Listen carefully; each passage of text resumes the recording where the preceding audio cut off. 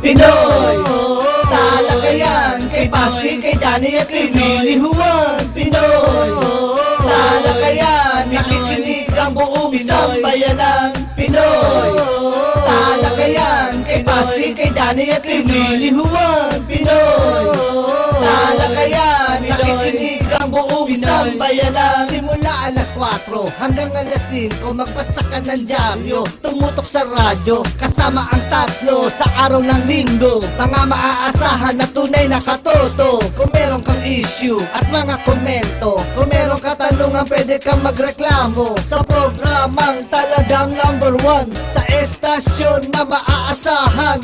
Huwag mahihiya na ito ay banggitin, sigurado na ikaw ay papansinin. Ang talakayang talagang kakaiba, kung nakikinig ka, Pinoy kang talaga.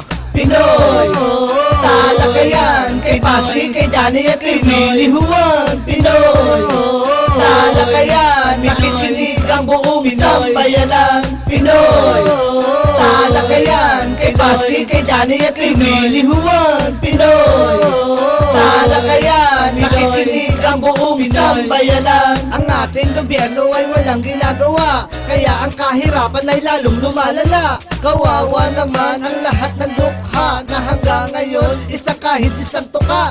Ang ating kalikasan na di maiiwasan, kahit na anong gawin, siguradong mababawasan. Ng bahay sa lakas ng bagyo na walang ginawa kundi ang mamarwisyo. Ang ating komunidad, probinsya o syudad, hindi naaasenso kung walang abilidad. Bata o may edad, siguradong mahuhuli ng mga pulis, PNP, Intel, Cavite. Mahilig dumiskarte, walang warrant o pares. Ang dapat sa inyo, ang tsapa ay inaalis. Kaya ang panawagan ko sa ating Pangulo, gawin nyo ang lahat para ang tao'y di sumuko. Pinoy talakayan, kay Paski, kay Danny at kay Willie Juan. Pinoy talakayan, nakikinig ang buong sambayanan. Pinoy talakayan, kay Paski, kay Danny at kay Willie Juan. Pinoy talakayan, nakikinig ang buong sambayanan. Pinoy talakayan, kay Paski, kay Danny at kay Willie Juan. Pinoy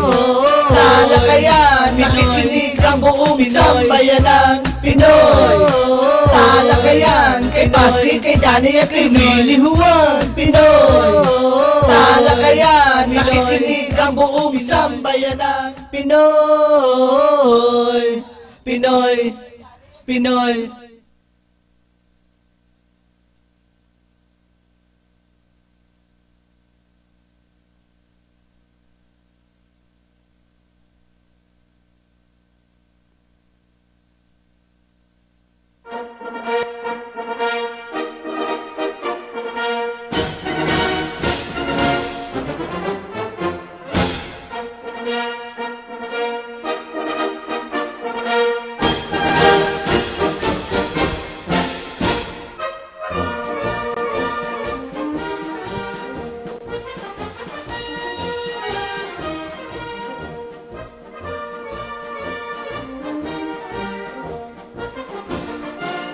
Ay, isang mapagpalang tanghali sa lahat ng mga katoto, Luzon, Visayas at Mindanao na ating masugid na tagapanood at taga-subaybay sa ating palatuntunan dito sa Kakampi Online sa programang Talakayang Pinoy tuwing araw ng Lunes at Miyerkules.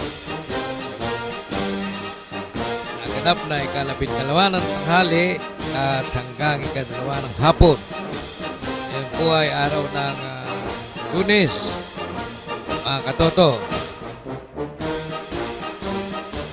Ika-14 ng Nobyembre, taong 2016. Narito po kami ngayon, mga katoto, upang pasiklahin ang inyong pananghalian sa pamagitan ng paghatid ng mga sariwang balita sa loob at labas ng bansa. At mga balita sa ating kapaligiran, hatid naman ang ating mga guwaping at energetic na mga field reporter na sina Katotong Ernie at Eddie Buwan. And din si July Pudok, kabilang na si Katotong Albert Quasol Lawin mula sa Middle East, kung saan bibigyan po natin ng pansin ng mga init na issue sa kasalukuyan. Hindi, pasok na. Si July.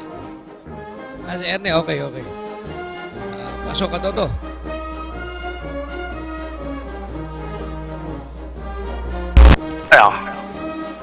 Okay. Sige, Katoto, pasok. Katoto Erne. Yes, maraming salamat ka, Totom Paski, no? Alam mo, sa isang pagkakataon, ako'y nagpapasalamat dito sa kaharap ko ngayon, si Miss Loritan, ano?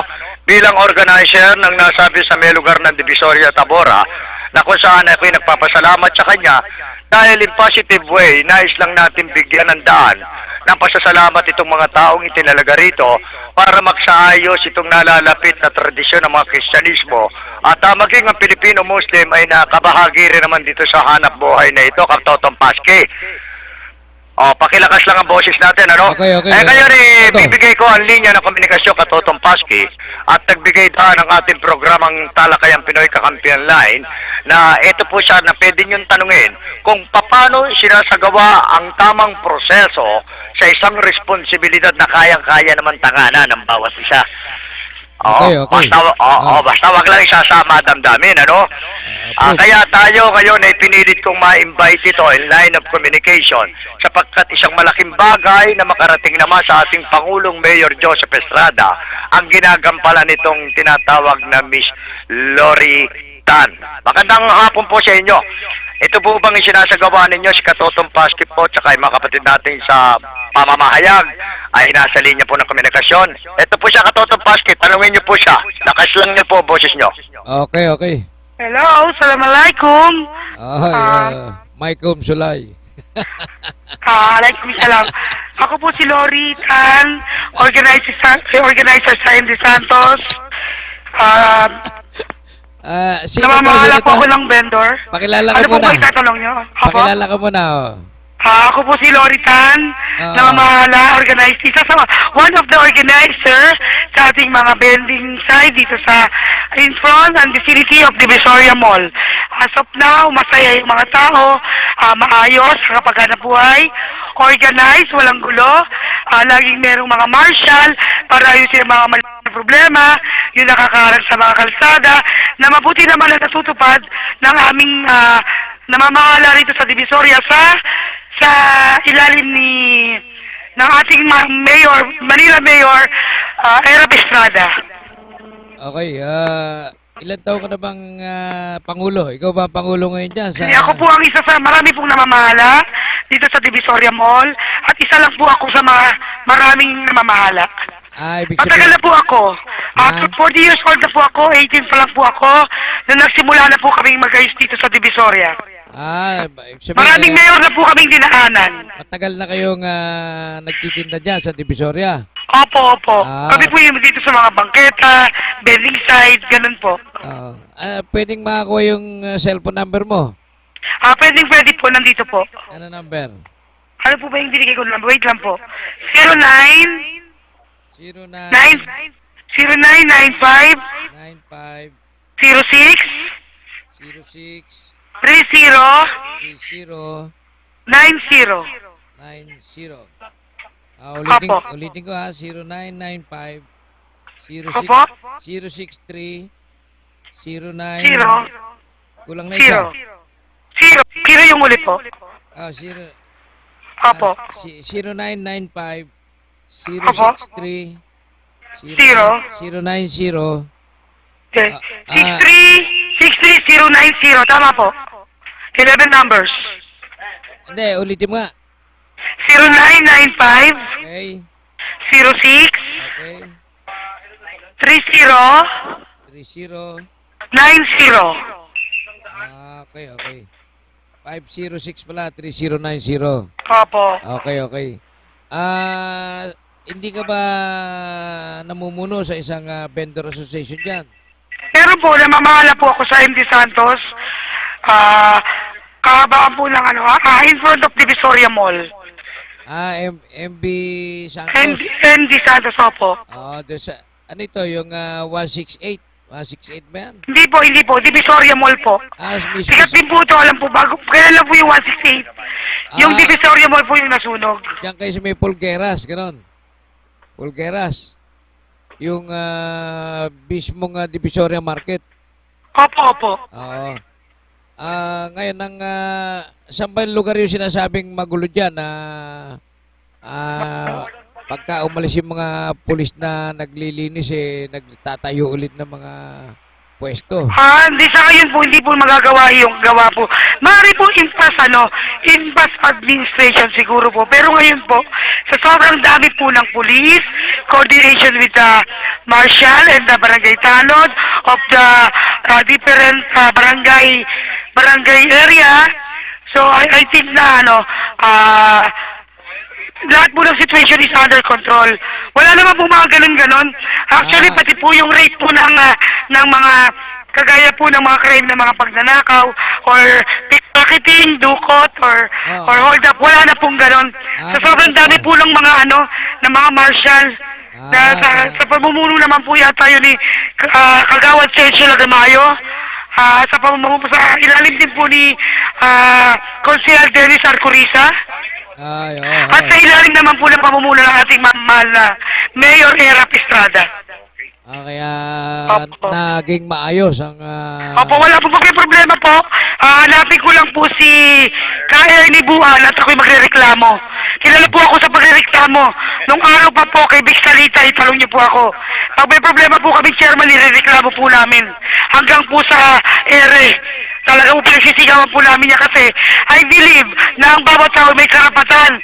May karapatan kumibo kung siya'y natatapakan. May karapatan din namang magkomento at humingi ng pasalamat kung siya na may naliligayahan sa pamumuno lang na nakakasakop sa aming lugar. Yun lang po. Hello, Katoto Paski. Alam mo, yung paliwanag niya kanina, may mga katanungan kayong negatibo naman, ay nais ko lang sanang bigyan ng paglilinaw. Sapagkat doon sa mga kalawag ng lipunang itinuturing, wala na. Sa kote na lahat, kahapon nga ay may nahuling mag-inapa, mandarukot. At kung meron man, yan ay accidentally dumadayo rito pero hindi nakakalusot. Kaya take note ang pangalan, Katoto Paski, si Miss Loritan ito. Lori. Bilang organizer siya at tagapangasiwa din naman ang mga manininda rito. Hindi, yung tinatanong ko, yung ganitong magpapaskuhan, nalabang mga sumusobrang abusado sa kalsada na vendor, gano'n. Wala naman, actually, tulad nga ng tinurang kanina ni Mama Loritan, ay may mga marshal dito. May mga marshal na nangangalaga. Sabi ko may dala tayong sasakyan, maluwag na makakapasok dyan. Oo, correct ka dyan. Hindi naman ina-allow dito yung talagang bottleneck system. Hindi nangyayari yon. Dahil nga kasi may nangangalaga mga naka-uniforme at kung meron mga excess na sinasabi, agad ditong sinisiwata naman ng mga nakasasakop na lingkod bayan. Okay. Maganda pala. Last parting message, baka gusto manawagan ni Ma'am Loritan, papasa ko ulit komunikasyon sa kanya para manawagan sa ating mga constituent, Katotong Paski. Okay, sige. Manawagan daw po kayo. Hello? Okay, Miss Tan, ipahayag nyo yung gusto nyong panawagan para madinig ng ating butihang alkalde Estrada sa inyong yung mga magagandang nagaganap dyan sa ating kapaligiran sa Divisoria Market. Katotong Paski, once and for all, sa lahat ng ating mga kababayan, ako po sa Loritan, Porlong Dolores Tan. Opo. Isa po akong balik Islam. I'm proud to be a balik Islam. Sa puso ko, sa isip ko, masaya ako sa naging proyekto ng ating mahal na mayor, nalinisin ang bawat pamilyan, makapagtinda sa mga tabang sukat lugar, ang mga mamamayan. Subalit sana, mas pag-igihim pa po. Pero wala naman po ako masabing negatibo. Sinasabi ko nga, itong ating mayor ngayon, ginagawa niya yung kakayahan niya, kasi talagang tuminungay ng Divisoria. Sana lamang po yung iba po, huwag naman nilang masyadong gamitin yung kapangyarihan na ibinigay sa kanila ng ating mahal na lingkod na mayor. Pero sa nakikita ko naman, yung pinagkatiwalaan niya naman ngayon, na sa katawan ni Konsehal Dennis Arcoriza at sa kanyang tagaganap na si Ma'am Mel Pelayo at sa katawan ni Kagawad Sergio Lagamayo hanggang sa pinakamababa, mga marshal, na nakikita ko naman na maayos sila tinutupad yung kanilang sinumpaang mga tungkulin. para sa kanilang mga pinaglilingkuran. Okay, Masaya ako kasi maganda. Sa katunayan, isa ako sa pinakalagpas dati, before. Pero ngayon nangingimi ako kasi nangyayari naman ako na sumuway sa kanila para wala rin silang masabi sa akin. Hindi ako mag-name drop ng iba, pero ako medyo apektado. Dati ako lagpas magtinda, pero ngayon inaantay ko yung tamang oras ko na medyo pauwi na sila, tsaka ako medyo lumalagpas. Okay, Ayan ay okay. tunay na salita lang. Ipinakikita ko lang na bilang isang, kahit isa ako na mamahala, strong woman, meron din ako pinakikinggan. Siguro naman kaya kami pinakikinggan, nakikita mo maganda naman yung kanilang mga mithiin, na hindi Oo. puro pang sarili lang. Maganda yung Ayun lang po, kaya lang ipapaalam ko lang sa inyo, katotong ASCII. Paski, pag may reklamo ko sa kanila na hindi maganda, agad ko rin may bibigay kasi hindi ako hawak ng sino man. I'm a freelance woman. Kung ano ang gusto ko, at tama, ialay ko ang buhay ko.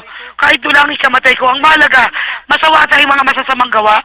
Yun lang po, yun, oo. katotong Paski. Correct ka dyan, correct. Maganda Katotong Paski. Oo. Bago ako magtapos, nais ko sanang bigyan ng daan si Police Chief Inspector Roy Augusto sa Pragata, Calulot, at saka itong si Akatata Jackson, SPO2 Tabiraw, dahil sa mga sila ang mahuli sa mga kalabang ng lipunan. Nagbigay daan na naman ang ating programang Talakayang Pinoy Kakampi Live sa bilang ama ng programang Dan Salveta at Katoto Paski at Willie Engineer. Nakapapasalamat tayo sa isang organizer na si Miss Loritan sa pagkakaloob ng mga pahayag sa kanyang mga constituent. May pahabol daw siya. Nakalimutan ko palang isingit yung ating mga kapulisan na mahusay, magalang, gentleman na tumutupad sa kanilang mga tungkulin bilang ating mga person in authority na si Major Kalulot, Major Kalulot na isa siyang kapatid sa iglesia, at si Tata Jackson na si SBO2 Tabiraw. Natutuwa ako kasi sa ating Major, napakasipag, napakabata, kaya mahal na Mayor Erap Estrada, tama ang ginawa ninyo. Ang nilagay nyo na Major dito sa atin sa Presinto 11, yung ating compact commander, na si Major Kalulot ay napakasipag. Tama na bata ang kinuha kasi lakad ng lakad. Ano ba ito Talaga si... na ang mga tao masasamang loob na natatakot gumawa dahil mayat maya ang Major. Mayat maya ang naglalakad, tinitignan niya yung nasasakupan niya. Si Kung Major... minasaganap ng mga kriminalidad. Si Major Kalulot ba, Deputy Station Commander? Yeah. That's why I'm saying na Precinct Commander, compact. Ibig sabihin po ng compact sa amin, Outpost Commander. Pero ang ating po siyempre na Colonel, PCP. PCP Commander po kasi yung pinakamalapit sa amin ditong nasasakupan. Si So siguro Kalulot. si Major Kalulot, wala akong masabi na at saka talaga siya ay masipag, hindi siya nangingi sa tao, kahit siya pa ay binibigyan, napakabata. Maganda yan kay Mayor na naisip niya kasi pag bata kaya humabol ng mga kriminal eh. Oo. Yun lang po, maraming salamat. PCP, ano yan, si Kalulot? Anong Maraming PCP? salamat. Si Major Kalulot yun. Hindi, anong PCP siya? Asunsyon? PCP Waluna. Waluna. Okay. Doon sa may fire station. Malapit. Pasamantala muna tayong bibitaw sa aking kilalalagyan at nagpapasalamat tayo sa paggamit komunikasyon dito sa establishment nito to. At muli, nagpapasalamat tayo kay Miss Loritan para sa Kakampi Online na Talakayang Pinoy. Ito po naman ang inyong likod, Ernie Buwan reporting. Okay, maraming salamat, Katotong Ernie at kay Miss Loritan.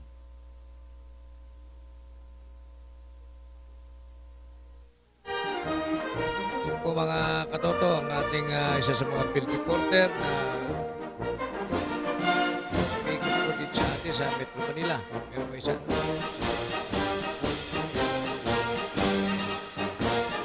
tawag,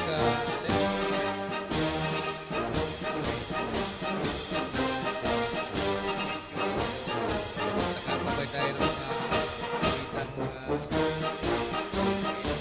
field reporter.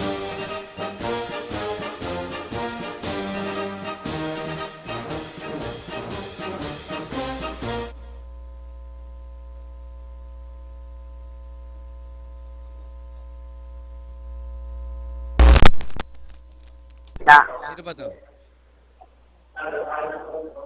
Nandiyan si Presidente? Hello. Bakit pa kasi, Katotong Chinoy. yeah. Ah. Nandito tayo sa National Bureau of Investigation, kasalukuyan, yung isang spokesman nagsasalita. Tatangkala ko ulit, ha? Sige, sinong interview mo dyan na on the air tayo? Okay. Sige, tatako ko dyan.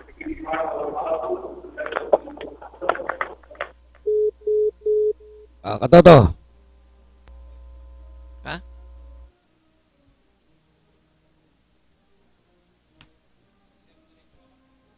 Okay. Oo.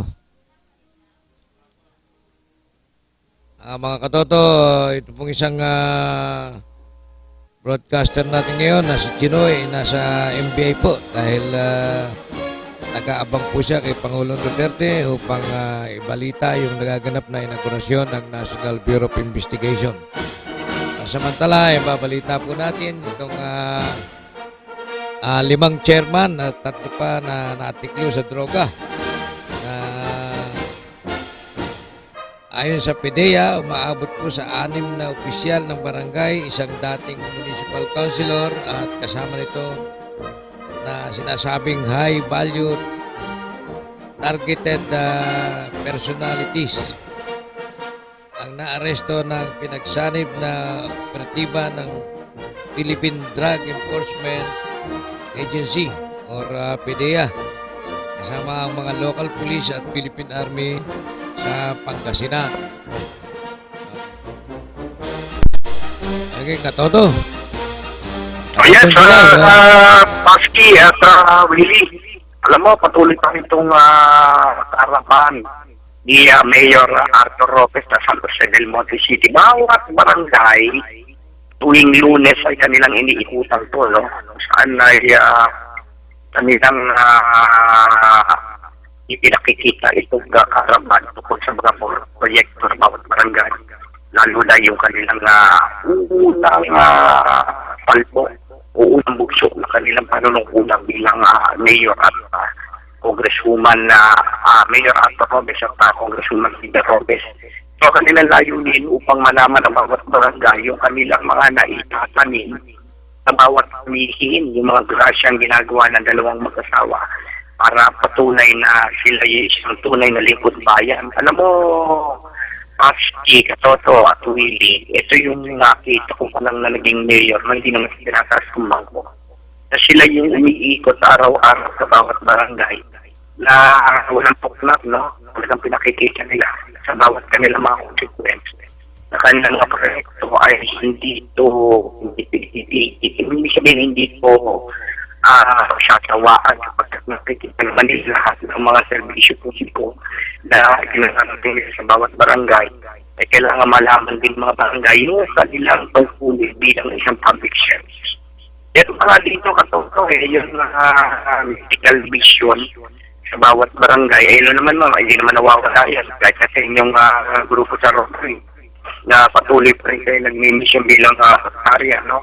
At ganun rin, hindi lang gawa ni Mayor Arthur Lopez na sa Del Monte at ni Congresswoman na Rita Lopez. Nakasama rin nila itong mga miyembro ng Rotary Club ng San Jose del Monte, Bulacan. So, tuwan-tuwa. Itong mga taga-Bulacan, mga barangay na nakakita nila na yung kanilang ibinoto ay may nagagawa, hindi natutulog sa pangsitay. Para sa Pampi Online, Pilikundo, Mag-uulat. Okay, Katoto. Salamat, Katotong July. Ala ba dyan sila Mayor at saka si Congresswoman? Wala na, nakaalis na kasi alam mo naman pagkatapos sa isang barangay, takbo na naman sila sa mga ibang nila activities. Alam mo naman, ma-interview natin yan para matanong yung mga bagay na... Ayan mo, i-schedule natin sa kanyang PIO, no, na si Ronald, ating kaibigan, para minsan ay ma-interview natin at mailinya natin para malaman natin on air at marinig natin mga kababayan na hindi lang taga-San Jose, kundi buong mundo. Personal na pag-araw ng Sabado, mag-set ka ng appointment kila Mayor at kay Congressman. Yes, tama. Bisitahin Kaya, natin ang what's up, personal para malaman natin yung mga mas magagandang nila, nais na ipahayag yan, sa good, tama, oo. publiko. Para Diba? makausap niyo, oh. Sige, yamat, kakausapin ko katotong Willie, katotong Paski, itong dalawang mag-asawa at magkatuwang sa serbisyo. At lalo na yung kanyang PIO na si Ronald at schedule natin kung kailan. Okay, Kailan sige. yung para sa aking report, para sa Kampi Online, Direct Putok Nagulat, katotoo. Thank you, Katotong July. Mga inulat mong tungkol sa mga kaganapan na voluntaryong paglilibot nila Mayor at Congressman. Yung mag-asawang namumuno dyan na hindi nagpapabaya sa kanilang mga constituent o mga kababayan. Tuloy ko po itong ating pagkasinan. Sinasabing ni Mang Chairman at ito pang natiklo sa droga. Kinilala ni PIDEA Director General Isidro La Peña ang mga suspect na sina Barangay Chairman Eduardo Alcantara ng Barangay Baling, Roderick Kasingal ng Barangay Iton, Rimato Soriano ng Barangay Tamaro, George Balvin ng Barangay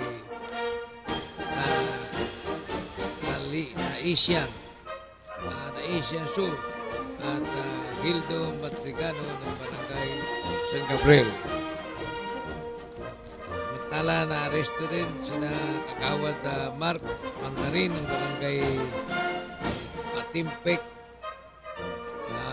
Gerardo De Vera, ex-municipal councilor ng Barangay Zone 1, at si Jose Sandy Gabino ng Barangay Amaro sa bayan ng Mayambang, Pangasinan.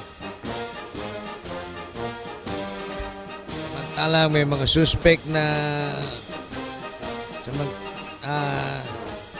nasamsam naman sa mga suspect ang 20 plastic na sachet na may shabu na tumitimbang ng 40 gramo.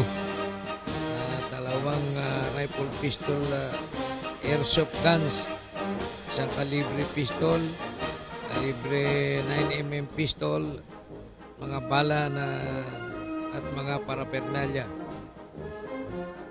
Ayon sa PIDEA,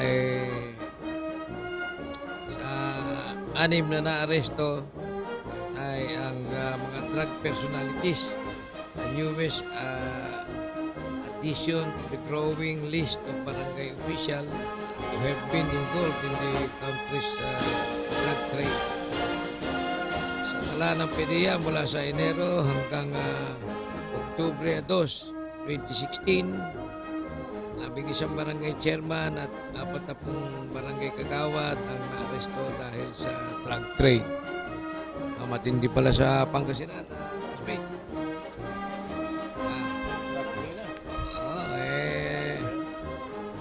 Chairman ng barangay tsaka kagawad ng nagbebenta. Matindi. Hindi totoo yung sinasabi nila na drug-free na ang Pangasinan. Hindi. Ito, pabalita lang ng PIDEA na 5 barangay chairman na naman at saka kagawad ng barangay sa iba't ibang barangay. Hindi totoo yung nila. Wala, yung mga Nilathala nila na Pangasinan drug-free na. Kasi nauna yung Bataan, drug-free na raw, tapos itong Pangasinan. Pangasinan, di pa totoo. No? Yung Bataan na pwede, wala nang lumabas na balita. Pero itong Pangasinan, ngayon to, sariwa-sariwa itong balita na to. Pinadala sa pahayagan. Alam mo, classmate, kaya nababahala ang Pangulong Duterte, kaya nasabi niya ulit yung possible suspension of the writ of habeas corpus para magamit niya to sa paglaban sa illegal drugs na yan. Kasi nakita niya na nakailang buwan na siya, 4 na buwan, meron pa rin, no? At Sabi na matapos yung pangako niya. oo, yung 6 months siya. Although sinabi na niya nung una na malabo yung 6 months, no? Pero ibig ko sabihin, 4 na buwan na siya. Ayan na nga, mayroon pa, no? Nakita mo naman yung pagpatay kay Mayor Espinosa. Ang Mabit pa. Oo, malamang doon yung mga ibang sinangkot ni Mayor Espinosa na kapulisan, na matataas ang pwesto sa pulis. Di umano, yun ang yun ang maaring posible, no, maliban doon sa ibang dahilan katulad ng mga ibang mas mataas na drug lords, no, na nagsusupply sa kanya para hindi maituro ni Mayor Espinosa tinumba yung mayor. Posible ring mataas ang pwesto, no? Pwedeng mga general, mga colonel, no? Pero yung perang ginamit doon sa drug lord. Oo, na isinangkot niya, 'di ba? Meron siyang listahan. Oo. Para mapatahimik siya kasi pag hindi na at of course, maliban pa doon sa mga nakapwesto nung nakaraang panahon, 'di ba? Oo. Pinabayaan lang na dumami, no? Yun, so maraming suspect. Kaya diyan natatakot si Pangulong Duterte na marami naman nangyari. Marami nang sumuko, marami nang lumaban, marami na rin napatay. At gumagawa na ng mga rehab center. Ang problema, milyon-milyon yun. So, Malabo rin yun ang yun. kinakabahala niya, no? Kaso, pumapasok na naman yung politika eh. Hindi siya parang mga pagkakaisahang hindi aprobahan yung hinihingi niya. Diba? Oo nga, Parang isang isang dahilan pa yan. Kaya nababahala siya, no? Ayon sa mga congressman, hindi raw dahilan na isuspindi ang habeas corpus dahil dun sa hindi naman daw kailangan ito sa pagsawata sa droga. Ito pala ginagamit lang sa tinatawag na pagka may mga tangkang rebellion. May rebellion o insurrection, ganyan. Kaya yung mga panggugulo sa pamahalaan, gano'n. Pero sa droga raw, hindi kailangan isuspend ito dahil wala raw sa batas yung paggamit ng gano'n. Hindi natin alam kung sinong ito dahil maaaring isipin natin na politika na naman to dahil, di ba? Pwede kasi na ang pananaw ng Chief Executive delikado sa sitwasyon ng security ng bansa. Hindi mo siya kasi nagkaroon siya ng mandato, di ba? Yun naman mga congressmen, mandato lang naman nila sa lugar nila. Kung Kongreso at Senado ang magsabi, unanimous o panalo, majority, in other words, majority sa Congress, majority sa Senado, ang magsabi na hindi, pwede siguro. Pero sa ngayon, siyempre, nasa responsibility ng Pangulo para matupad niya yung kanyang mga di ba, mga objectives para sa bansa, para sa bayan. Okay, may mga text tayo, classmate. Ano masasabi nyo sa ngayon sa sitwasyon ng Pilipinas? Diba, malawak itong tanong na ito. Ano ang masasabi nyo ngayon sa sitwasyon ng Pilipinas? Mamaya sagutin natin yan. Medyo malawak masyado.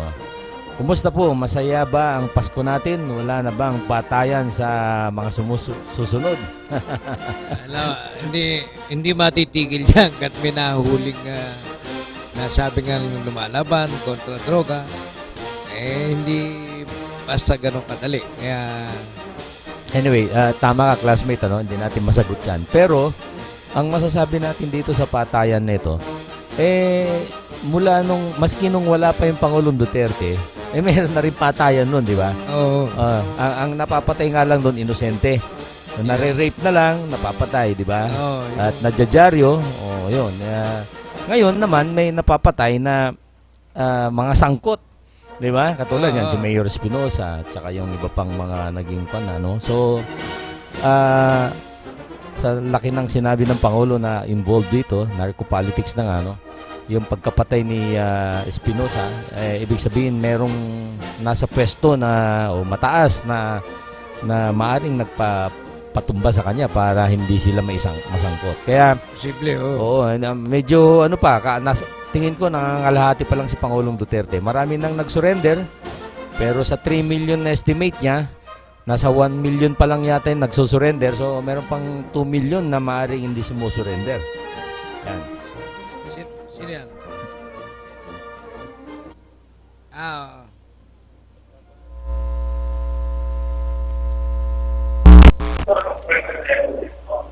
Okay.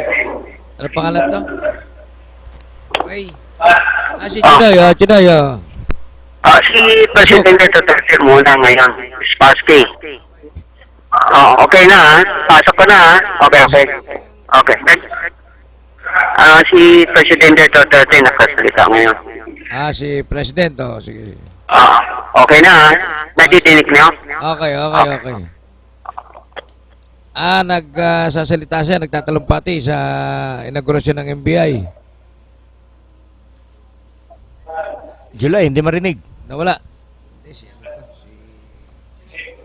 Sino yung broadcaster? Siya. Yung Miyerkules. Okay. Nawala yata. Nawala na naman. Sige, tuloy tayo sa kung natin.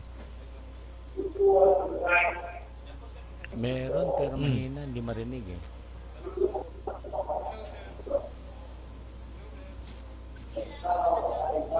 Mga malayo.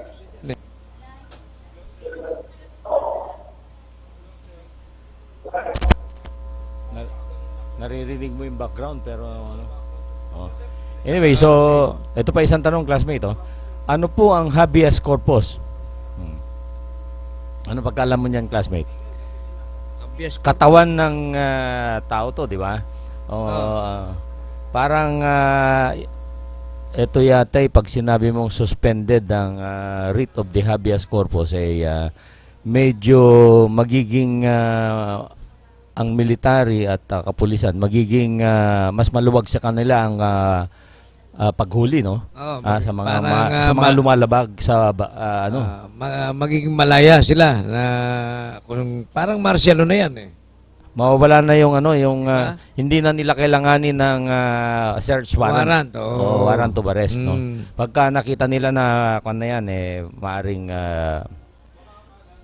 pwede na nilang kasuhan o huliin, di ba? Parang ganun yata to. Kung yan, yung semi-martial na yan eh.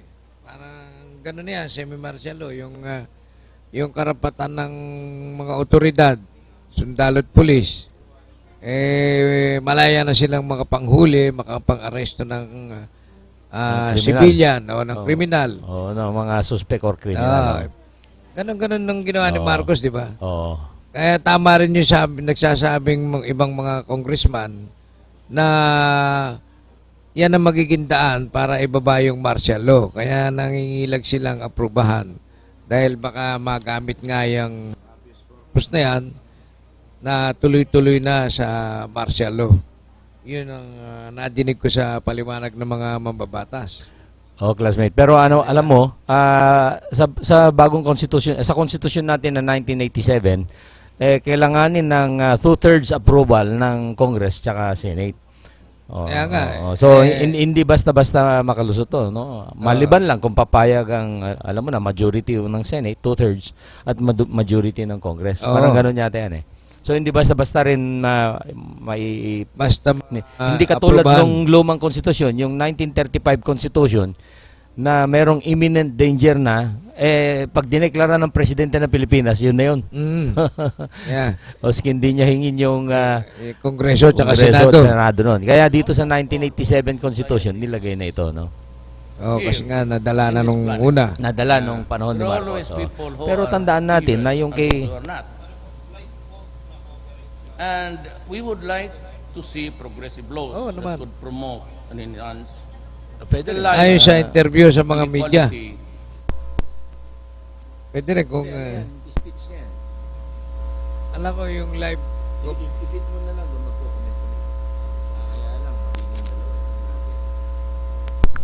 office environment. Good. Anyway, nagko-comment ako sa itong unang tanong. Ano ang masasabi niyo sa sitwasyon sa Pilipinas, no? Tingin naman natin, classmate, medyo under control pa. Ang kapulisan natin medyo mahigpit pa ang control nila sa mga kontradroga, di ba? Tuloy-tuloy pa rin yung kanilang mga kampanya at halos araw-araw mayroon pa rin namamatay, di ba? Na lumalaban o sangkot sa droga. Kamakailan lang sa Cebu, meron yung isang ginang na businesswoman na nahulian ng maraming shabu doon sa kanyang condominium. worth 30 million mahigit yung hawak ng ginang. Ginang Del Mar yata yung ano. Tulak. Tulak siya. 30 million yung nasa kanyang kwan. So, ibig sabihin na meron pa rin classmate eh. Marami pa. Alam mo yung Marami pa yan. mga drug pusher, drug dealers, apektado sila. Nasanay na sila sa negosyong baluktot na yan. Na malakas pagkakitaan. Bumabalik sila, di ba? Ang problema, mas kukunti na yung buibili dahil sumurrender yung iba, di ba? Talagang Tataas naman ang presyo. tataas ang presyo, tsaka mas hirap sila. Ang problema, pag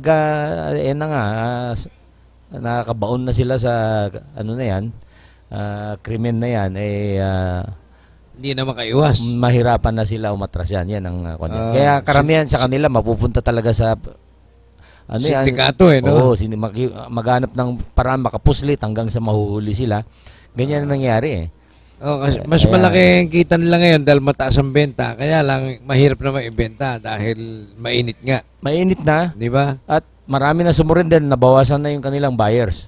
Di ba? Ayun nga. 1 million na halos yung sumurrender, classmate eh. Kaya nga yung... Yung meron pang mahigit 2 million. Parang ginagawa lang ngayon na black market.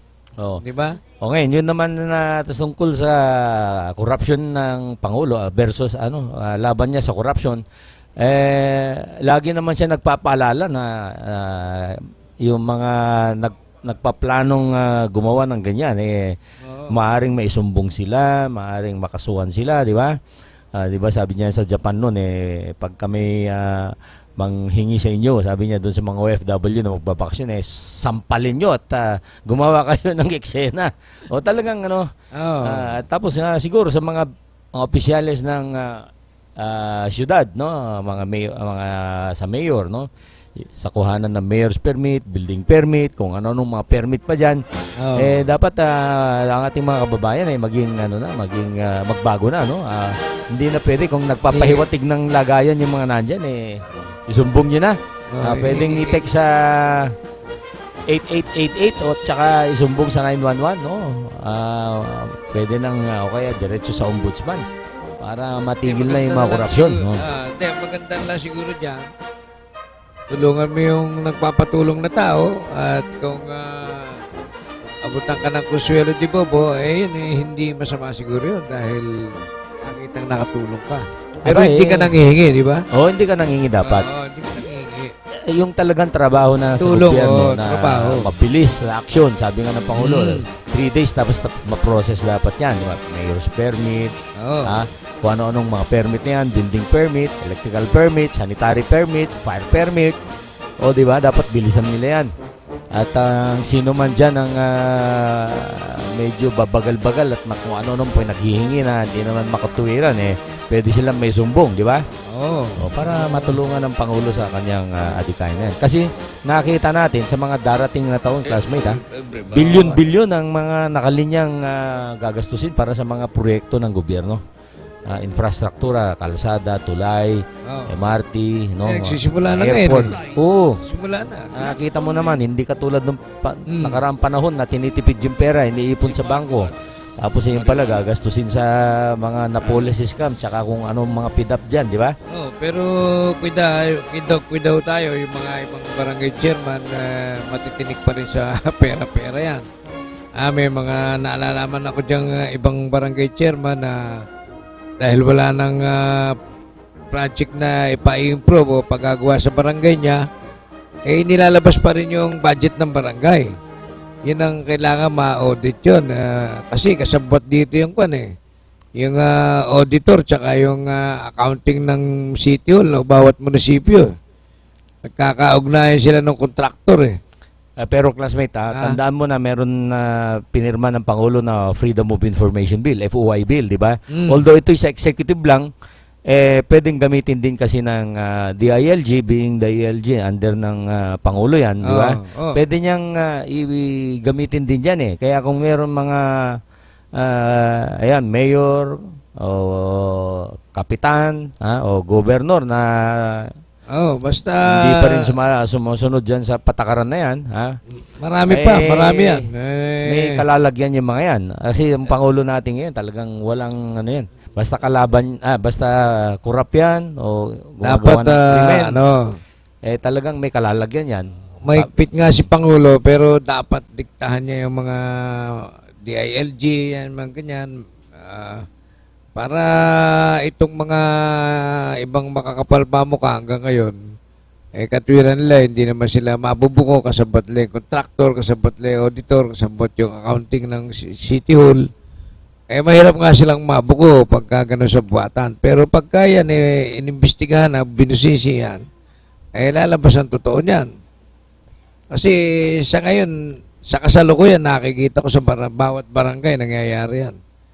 Dahil sa, unang-una na sa akin, sa karanasan ko, naging barangay chairman tayo ng ilang taon, pagka ang pinalitan mo, halimbawa, katulad ko, na halos na naipagawa ko na yung mga malalaking proyekto sa barangay, yung papalit dyan, siyempre, halos wala na ipagagawa. Ngayon yung budget, tumaas pa kaysa ro sa dati.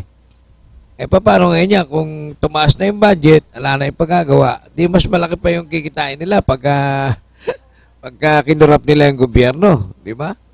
Oh, pero yun ang- siyempre nandiyan yung commission and audit, classmate. So, Yun nga dapat ang commission ng audit, yung accounting ng City Hall, wag nang makipagkutsaba sa kontraktor, oh. di ba? Alam mo sa totoo nga lang, classmate, dahil nga ganyan yung pronouncement ng Pangulo, pati ang media, pati ang madlang tao ay nagiging palabantay ngayon. Mas nagbabantay sila kaysa sa mga nakaraang panahon. Kaya sa tingin ko, yung corruption na yan ay mababawasan. Maaaring hindi natin maisiro yan. Meron pa rin naman siguro, pero ang mahalaga, mailagay siya sa mababa na lang na Katulad sa yung mga tao sa barangay, wala namang alam sila rin sa pera ng barangay.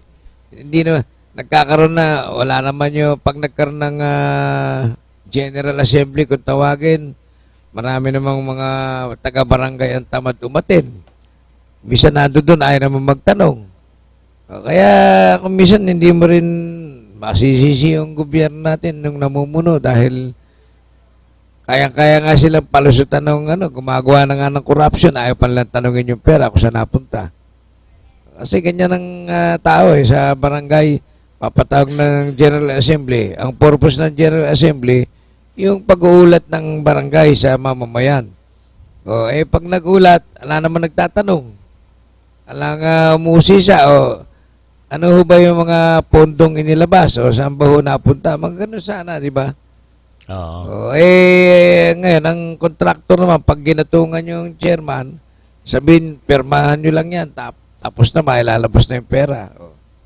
Tapos na nga, dahil natatad na yung pera. Ang problema nga, sino kawawa? Si Juan de la Cruz, yung pobreng mamamayan ng barangay. Dahil yung pera ng bayan na para doon sa barangay na yun, hindi naman nagamit, sa bulsa napunta.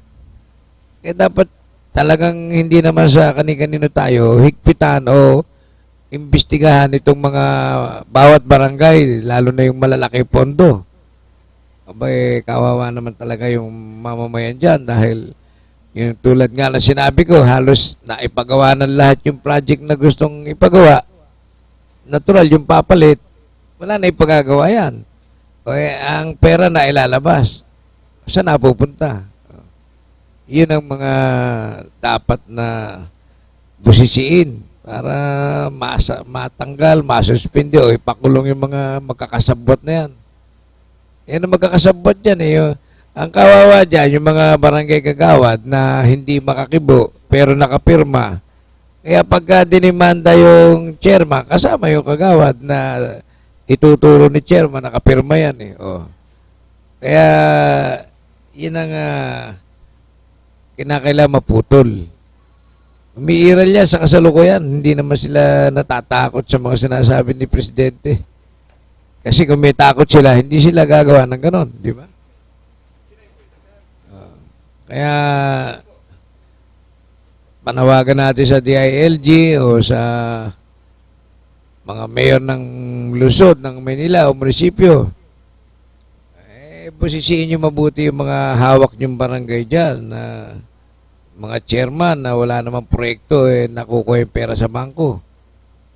Yun ang tahasang sinasabi ko kasi nandyan ako, galing tayo dyan, namuno rin tayo ng ilang taon. Kaya alam ko kung sino, kung may makukurap dyan o paano nakukurap ang pera. Okay, classmate. Ito, yung sa batas ng balikbayan boxes, magpapasko na, kailangan patupad na raw, sabi ni Senador Angara, yung libreng taxes ng mga balikbayan na pasalubong sa kanilang pamilya. Abay, kung approve na yan approve na yata yan, classmate, di ba? Oo, approve. Yan, may dapat Republic ako. Oh. 10863. Custom Modernization and Tariff Tariff Act. ako. Ay, di, ano na yan? Batas na yan? Approve Batas na yan? to ni Aquino pa to. Bakit hindi raw Mayo. hindi raw ina-approve yan? Hindi. Hindi raw pinapatupad? Tinataksan pa yung mga balikbayan boxes? Hindi. Wala pa naman nagre-reklamo. Pero sinasabi lang ni Senador Angara, dapat patupad na yan. Libre na yung mga nagpapadala ng bagahe Baka na... naman libre na. Hindi lang ano. Oh, di ba?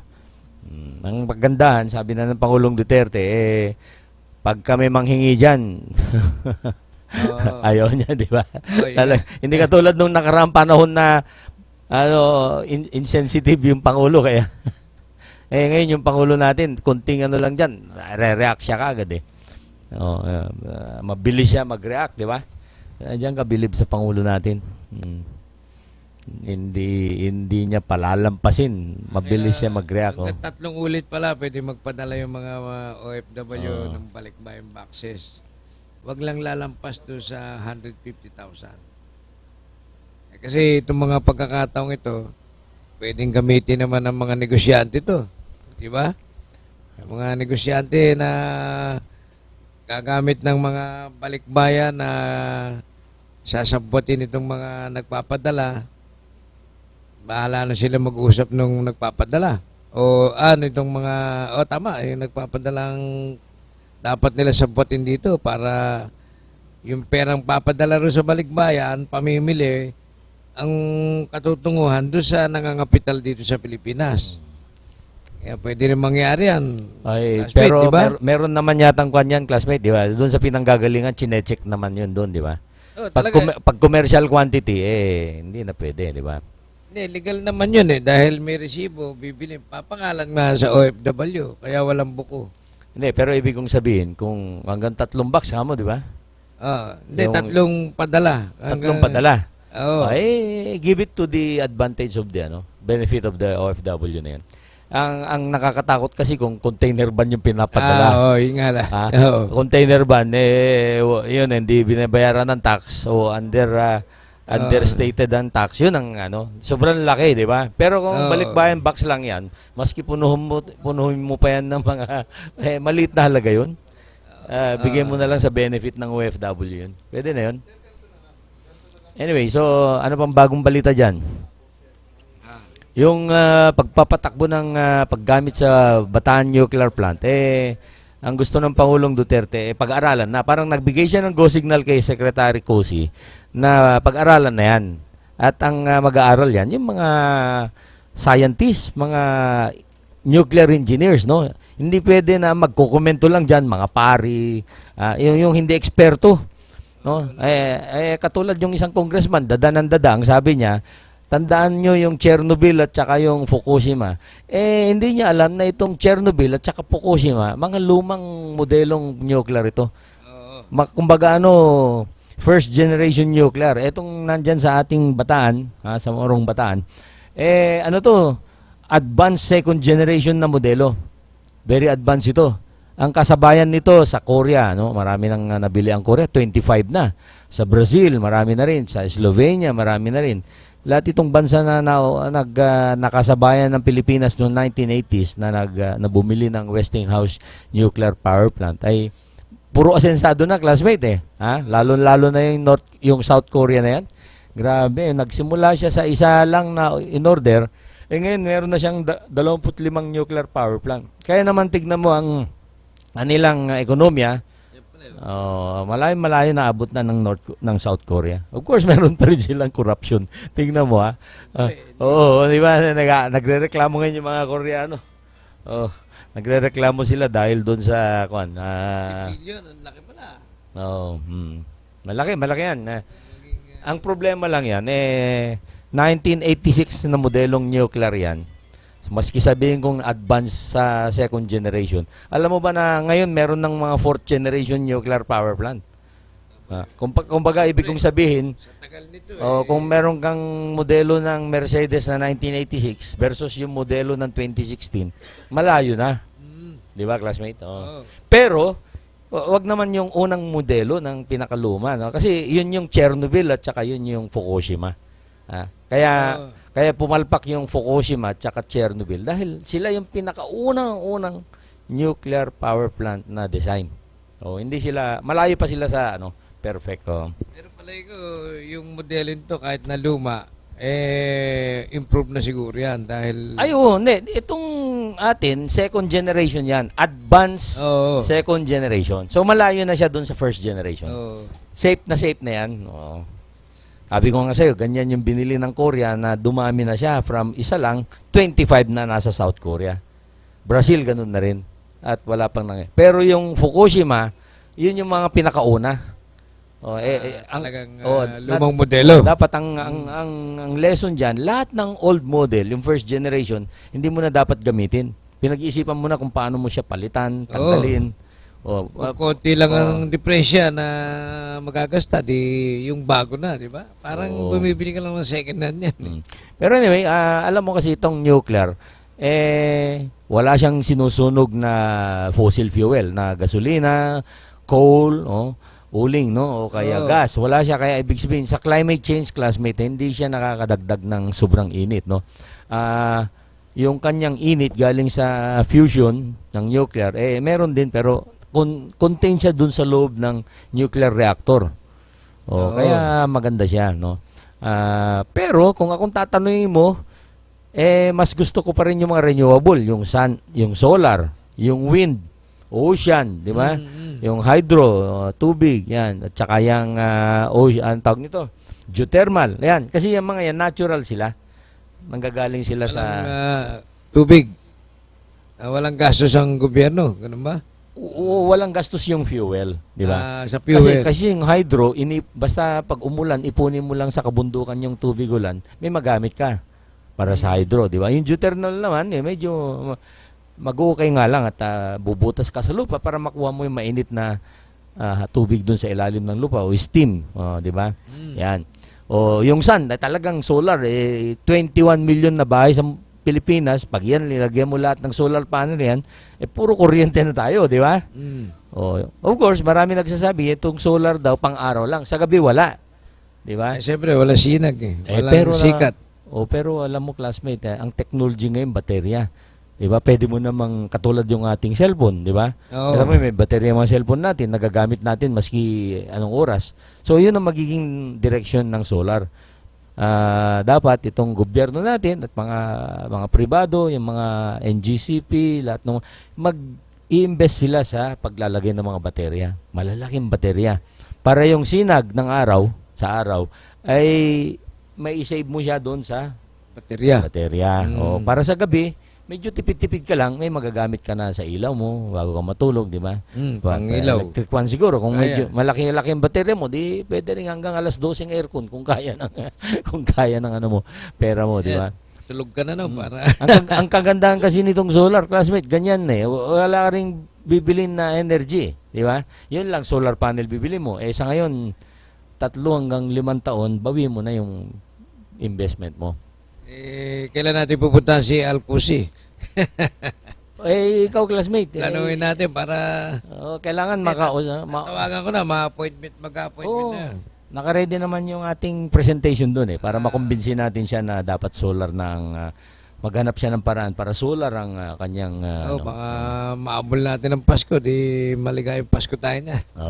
Siyempre. Ayun. Natin, tawagan ko bukas. Nag-appointment tayo.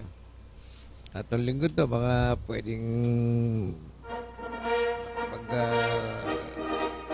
mag-usap na tayo ron.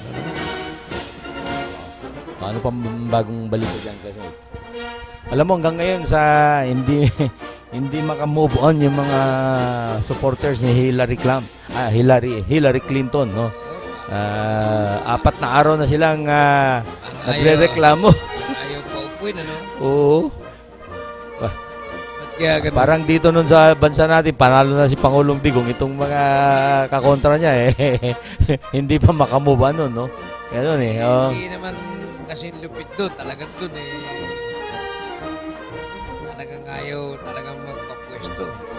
Dito, Pero ang layo yung bilang ng nakuha ni Trump sa electoral votes, malayo malayo yung lamang niya kay Clinton.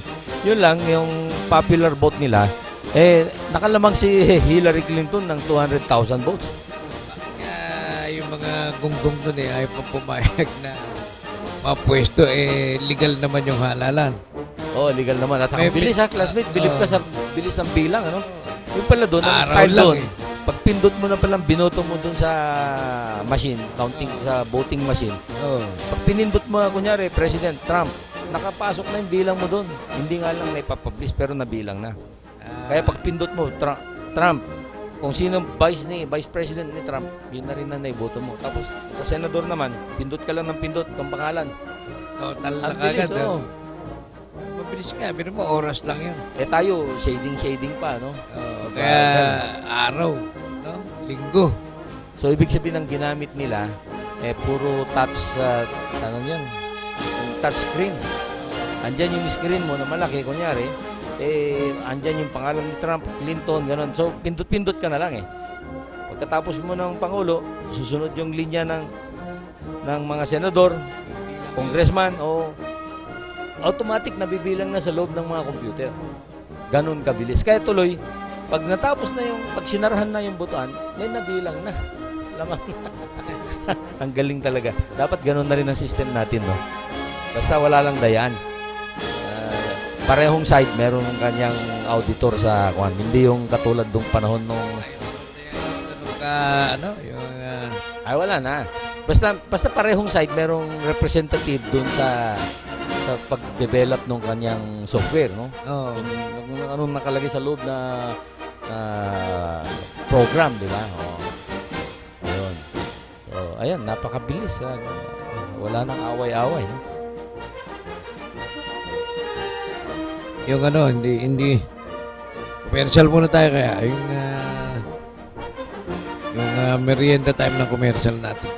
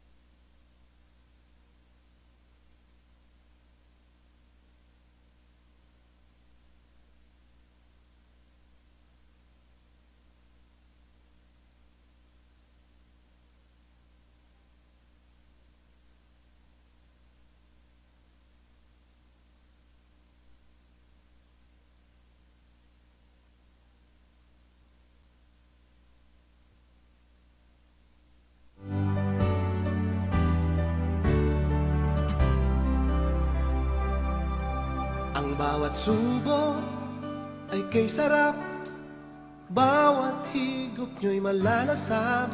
Ang pagkaing hinahanap ng lahat, mananabik ka hanggang sa huling kagat.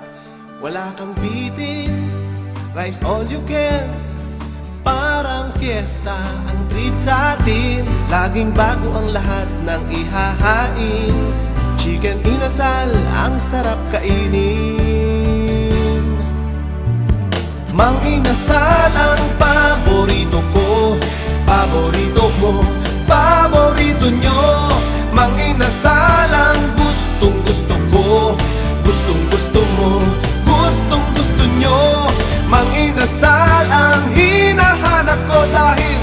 bawat kagat, huling-huli ang sarap.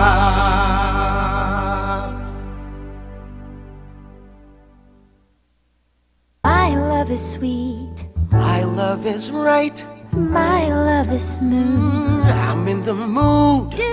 Now there's another reason to fall in love with Novelino. New Novelino Light. Same sweet taste with less calories. You'll fall for more. My love is sweet, My love is right, my love, your love, our love, Novelino. My wine and only Novelino. Drink moderately.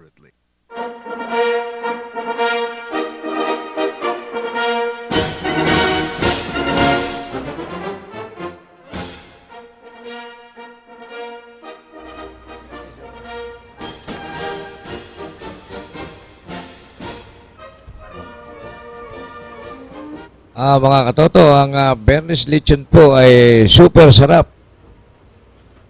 Parang nakatikim na po kayo ng Cebu Lechon.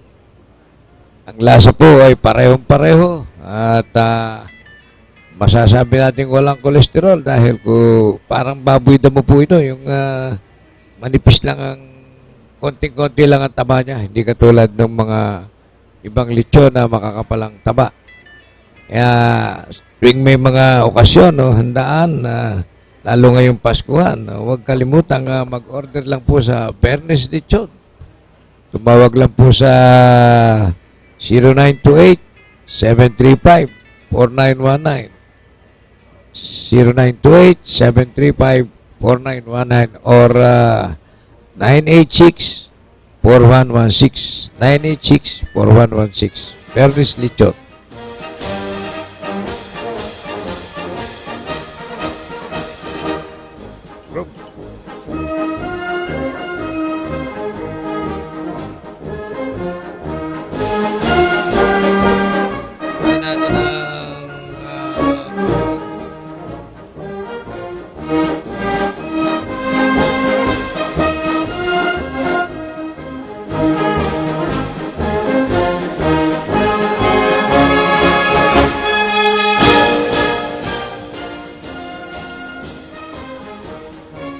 Supermoon ang tawag niyan, Supermoon.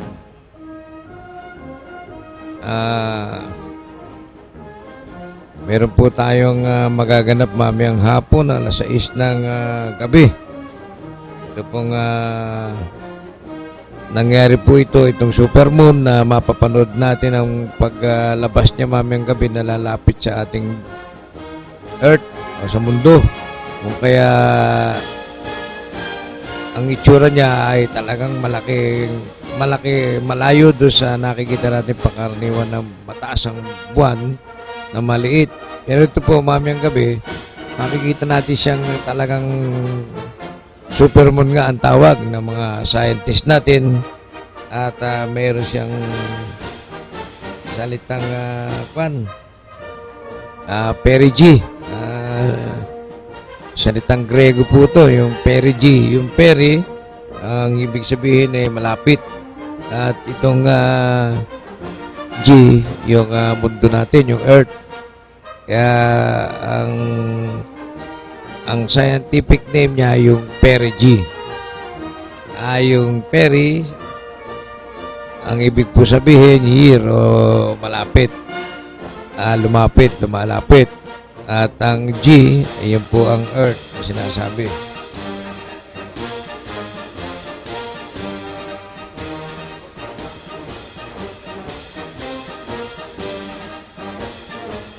Yan. Yan yun.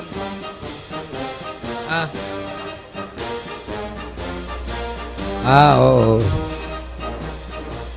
Hindi na yung speech. Sige, Katoton Chinoy, balita mo na. Hello, Pasky. Okay. On the air ka na. Balita mo na yung... Pasky. Hello? Okay, hindi mo nadidinig. Hindi mo ako nadidinig dyan. Hindi, nadidinig. Kasalukuyan, nagtitaking picture ang mga direktor ng NBI at ang mga matatapos opisyales Narito pa din ang ating Mayor Alfredo Lim, dating naging NBI Director. Nasa harap mo, sila ay nakukuha mga letrato. Pangsamantala, ito ang aking mga ulat. Paski. Okay,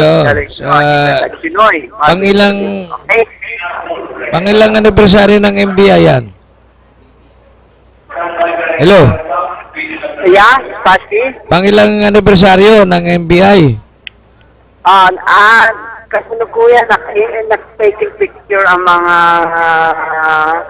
atas opisyalis kasama ating presidente ng Pilipinas. Nag-picture taking sila sa stage. Okay? Okay, sige. Kaya makulat tayo kung anong pa ang tarok ng balita. Salamat. Okay. Thank you, Chinoy. Thank you, Paski. Sa balita mong binigay sa inaugurasyon ng National Bureau of Investigation. 80. Sa ikawalumpung taong anibersaryo ng MBI na ginaganap po ngayon sa headquarter ng MBI sa Top Avenue, UN Avenue. Okay. Classmate, itong sinasabing Supermoon naganap pala ito noong una, 1948. At muling magaganap after, classmate, 16 years. Kaya siguro, hindi natin nakita noong 1948, mga mamaya, masaksiyan natin. Baby ka pa nun?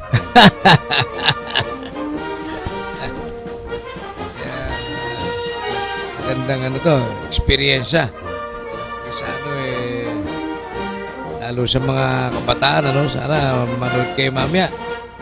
Alas 6 ng gabi, pagkagat ng dilim, unti-unti na lumilitaw yan. Kaya mas maganda raw yung masimulang panoorin na lumilitaw pa lang kaysa rin sa Supermoon na siya.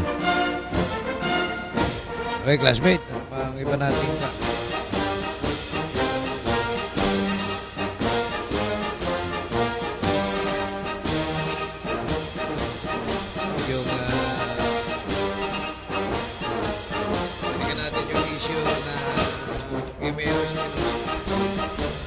Dalawang wish daw dapat posisiin dito. Dahil nag-issue ng ayun, warrant. Search warrant. Samantalang nandun na sa loob. Nakakulong na. Oo nga. Sino kayang hukuman itong naglabas ito? Tsaka yung anak, darating na raw sa Webes, Alam mo, Erwin. dalawa lang ang yan Yung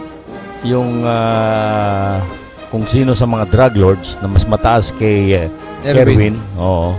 Di ba? Na baka kasi siyempre di malamang na nandun yung ginawa niyang affidavit kung sino yung nilista niya doon. Di ba meron siyang listahan na binigay? Kung sino yung mga nilista na doon na matataas na kayang punduhan ang pagpatay sa kanya. Di ba? Yun ang malamang nagpapatay doon. Kaya nakon, ang haba nung listahan. Kaya yung Pangulong Duterte nagwo-worry siya kaya na may mention niya yung writ of habeas kasi matindi, di ba? Yung sangkot, yun na nagbayad doon sa mga pulis para itumbas yung Espinosa. At siya rin, yung sangkot na yun, siya rin ang kumuha ng judge na yan para mag-issue ng warrant. Tama? Kasi paano makapasok yung mga yun doon? Kung wala andun na sa loob ng kulungan si Mayor Espinosa. Binayaran yung mga alagad ng CIDG, classmate. Ito mo yung mga jail guard, hindi nabayaran. Pinipigil, di ba? Oo. Kasi hindi kasabot yun hindi walang alam doon dahil nagtataka nga bakit madaling araw, bakit may search warrant pa, nakakulong na. Natural, hindi temprado yung mga jail warden. Wala, hindi talaga papapasukin. Kung mo dinaan nga sa pwersa na, pinolcutter na nga yun, di ba? Tapos pinakialaman na yung CCTV. Inop na yung CCTV. May kwento pa yung inmates doon na nun daw namatay na sana, nakita raw may CCTV, tinigil mo na yung Patay. Oo. At tinanggal yung CCTV. Ginawa mo na yung connection. Oo, saka naman tinuloy. Tsaka, Kaya nga classmate lumalabas na mataas yung pwesto nung nagutos, classmate. O kaya, mataas. Mataas ang bayad. O kaya drug lord siya kasi marami siyang pera. Oo. Kaya niyang bayaran yung pulis para gawin yan, di ba? Oo. Malaking halaga yun. At pati yung judge para mag-issue ng warrant para makapasok sila. Natural. So dapat ngayon ang gagawin ng PNP, lahat ng nasa listahan ng Mayor Espinosa na yun. Kasi alam ko nasubmit na niya Oo. Di ba? Dapat pag-reporting kagad ulit sa Kamkrame to explain kung bakit hindi sila masangkot dapat, di ba? Oo. O, di ba? Oo, tama. Tapos ipurso ngayon yung yung investigation na yan para kasi pag i-relax mo yan, baka makagawa na naman sila ng darating ngayon yung aksyon. Darating naman yung anak niya. Ngayon dapat yung anak niya siguraduhin na dapat nga, sabi ko nga doon pa lang sa Abu Dhabi, hiningan na siya ng deposition. Simulat na ng sinumpang salaysay na ano talagang alam niya para bago siya makarating dito may mangyari man at least magkakaroon ng corroborating evidence pa, di ba? Oo. At bigyan ng high security, high level security para hindi siya baka mamaya alam mo na. Pinakako ni Bato, hindi raw matadali, siya raw gumagarantya. Kaya pagkagaling daw ng airport na diretso na sa Krame. Oo. Para sigurado. Para pelikula no? Ganyan yung mga style sa US, yung mga big time na sindikato. Yung mga Al Capone. Oo, ganyan talaga. Hindi ka bubuhay pagka matibay na testigo ka. Lalo, baka kamitan naman ng yung kamukha kay Kennedy. Sharpshooter, yung mahabang no? Nakakatakot, kailangan na lalong paigtingin ng Pangulong Duterte ang kanyang Kaya nga, alam mo, merong comment pa ng Pangulong Duterte na gusto niya itong kapulisan maibalik ulit sa supervision ng Armed Forces. Kasi sabi niya, mukhang nagkaroon ng sungay, Kasi nung panahon na bago pa, mabago yan, under yan ng di ba? Philippine Constabulary. Tama, PCIMP. Oo. PCIMP nun yung police under ng Constabulary. Correct, kaya Philippine Constabulary Integrated National Police, di ba? Oo. Kaya medyo anyway, ako tiwala ko sa lakas ng determinasyon ng Pangulong Duterte.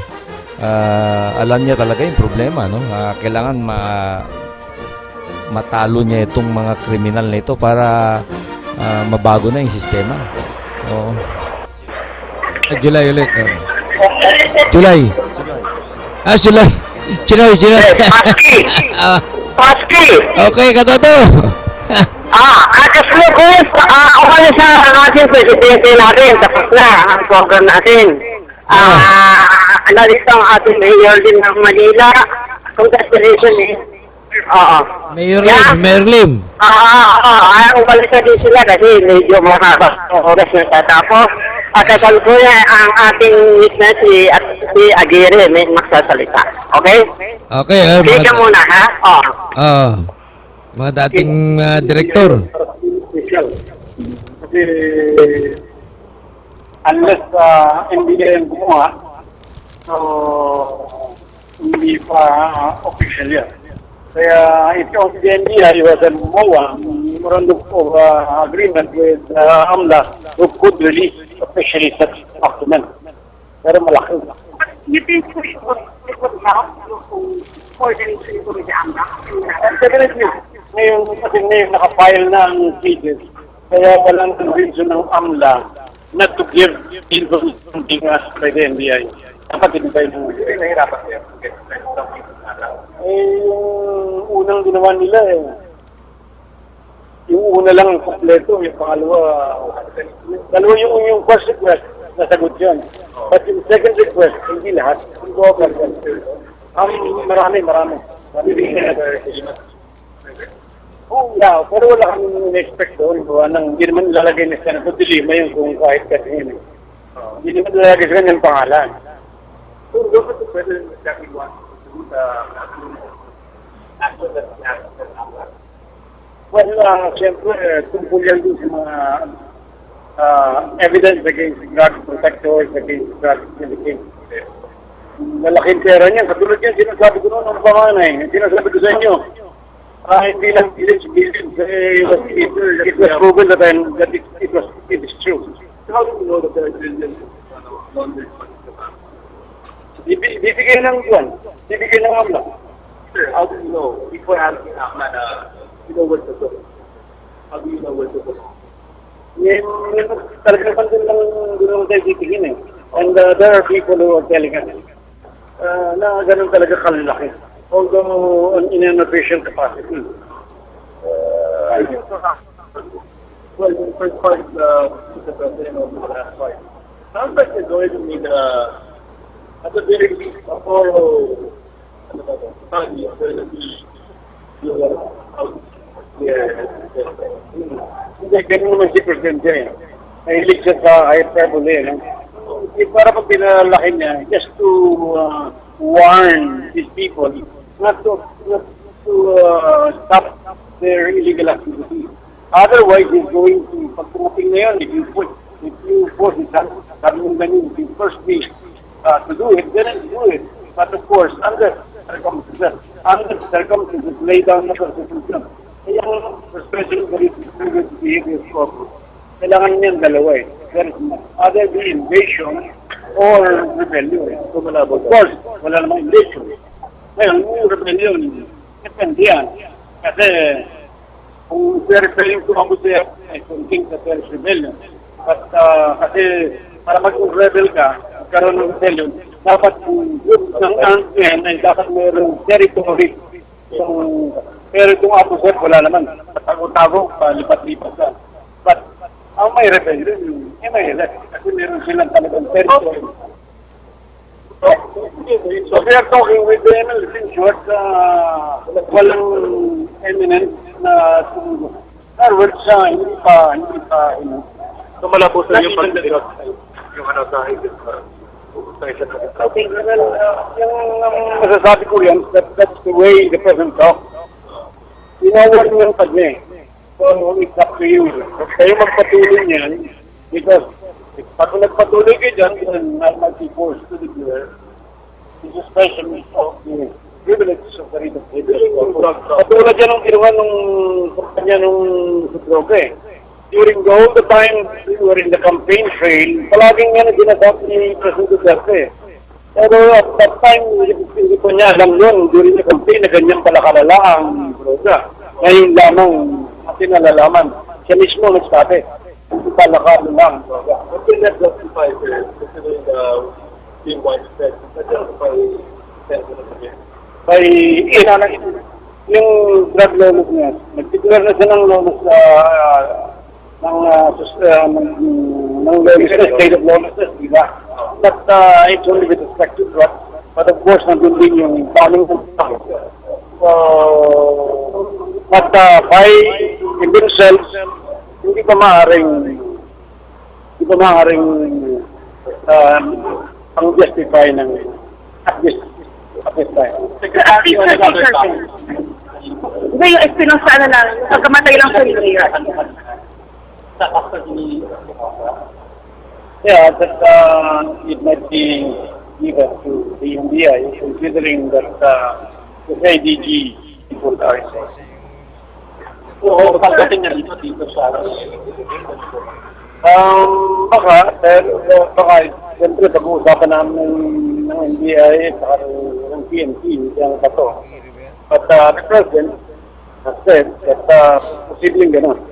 Para maiwasan yung any cover-up or anything, since ang involved ng PNP kay Mayor Espinosa is the CIDG, then posible na the custody might be given to the NBI. Pero possible pa nangyari. Pero sa naman ba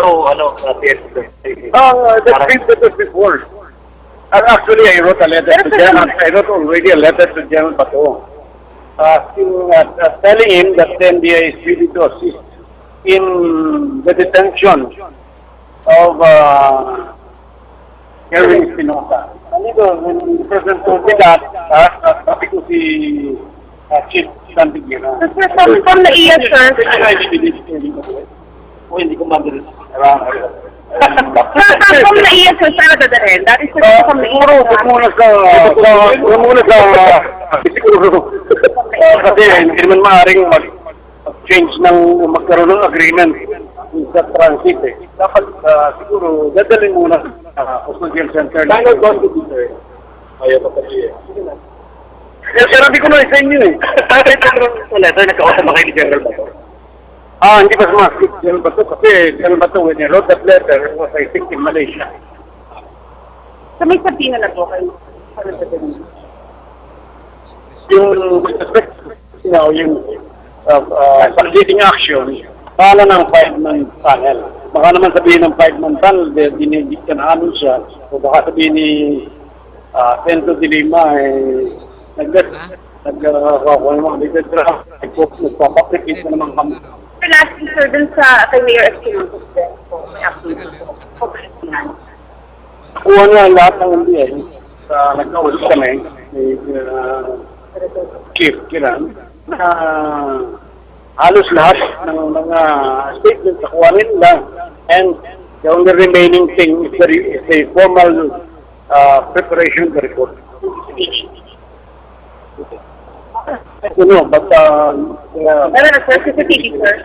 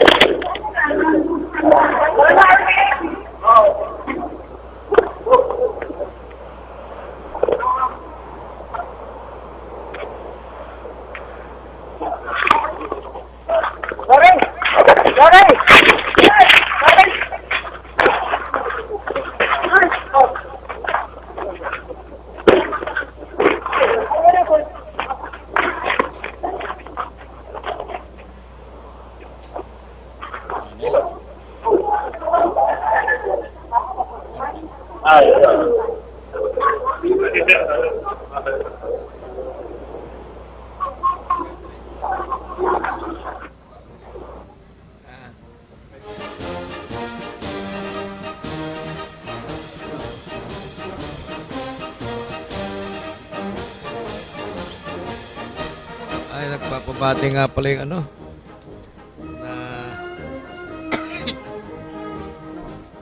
singit ko na to, classmate ha. Pahabol to nung hindi natin nabati nung nakaraan. Belated happy birthday kay Ensign Joy Villegas, PCG, nitong November 6. At sa kanyang CO, Commanding Officer ng CGPAO, Coast Guard Public Affairs Office, si Commander Arman Balilo. Siya po ang commander ng CGPAO, Coast Guard Public Affairs Office. At itong si Ensign Joy Villegas ay nagdiwang ng kaarawan itong November 6. Kaya belated happy birthday, Ensign Villegas ng Philippine Coast Guard. Sana ay manatili kang malusog, malakas at maganda at sexy tulad ng katawan mo ngayon. Po si Joy ay napakasipag na kawani ng ating Philippine Coast Guard sa CGPAO, Coast Guard Public Affairs Office. At saka sa mga kasama nito na binabati ko kayo ngayong hapon ito. Okay.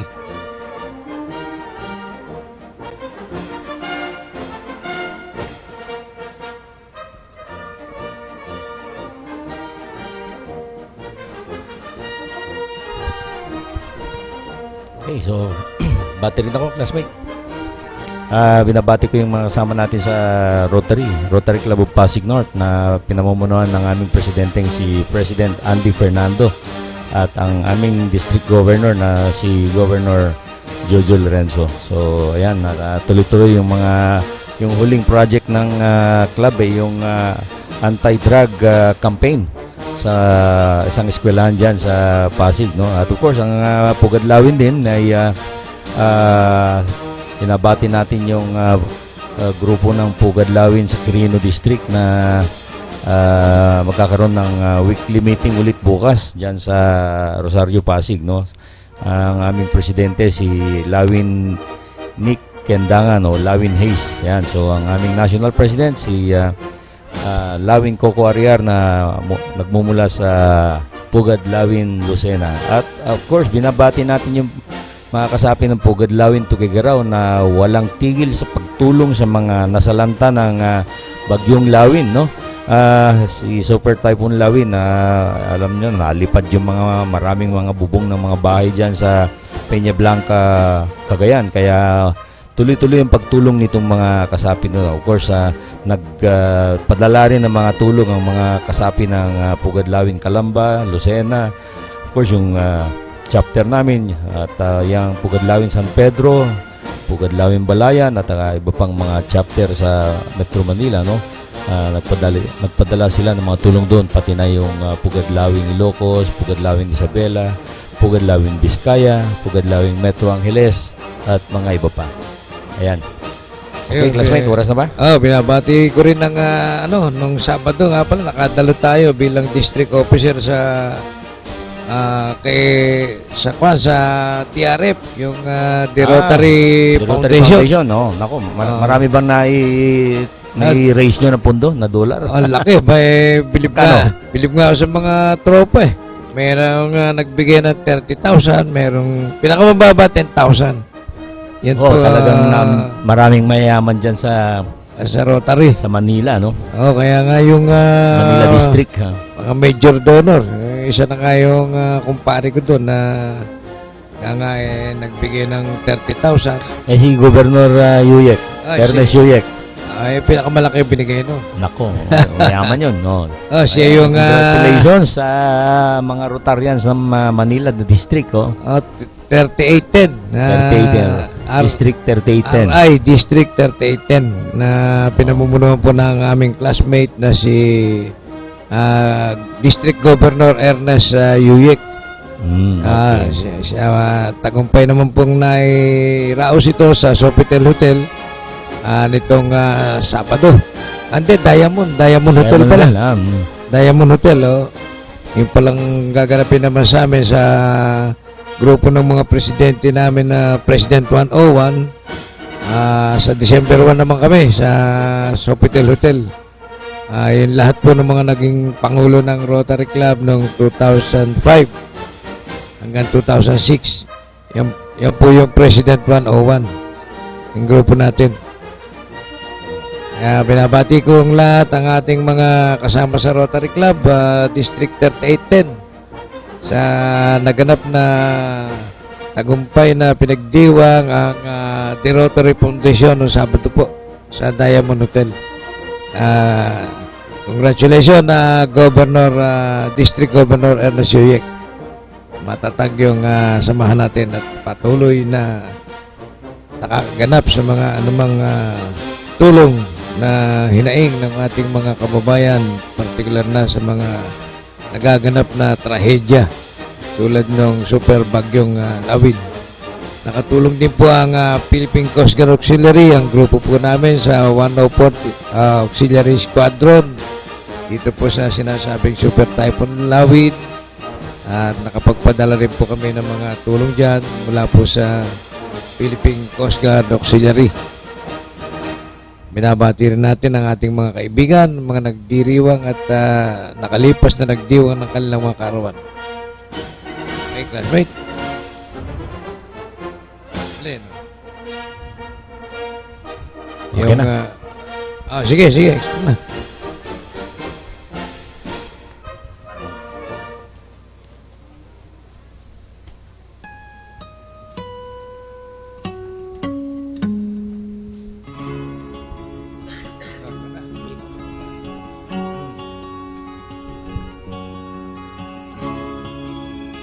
At natapos na naman pong muli mga katoto ang 2 oras nating talakayan at huntahan. Huwag po sana kayong magsasawang sumbaybay sa amin sa tuwing araw ng Lunes at Miyerkules, ganit ding oras at himpilan. Panginoon, nagpapasalamat po kami sa isang araw na inyong pinahiram sa amin.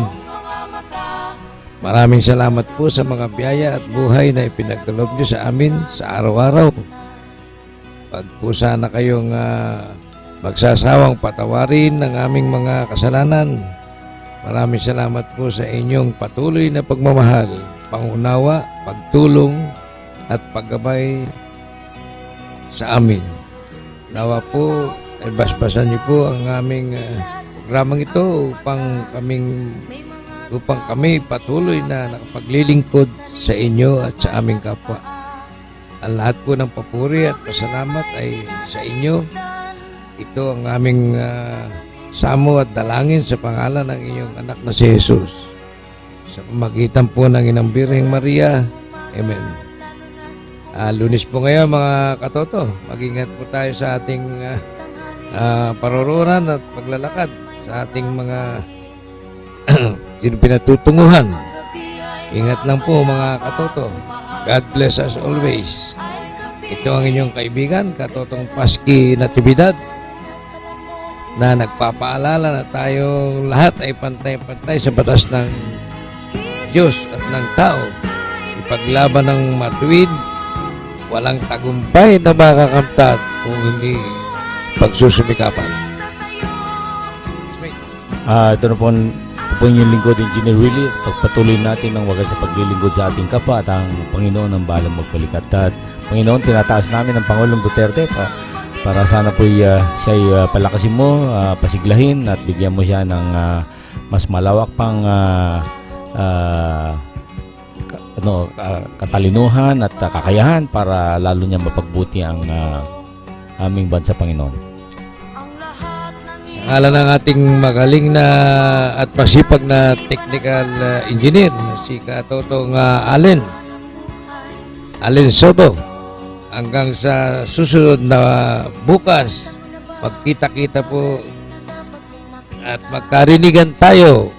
Mabuhay ka, Pilipinas!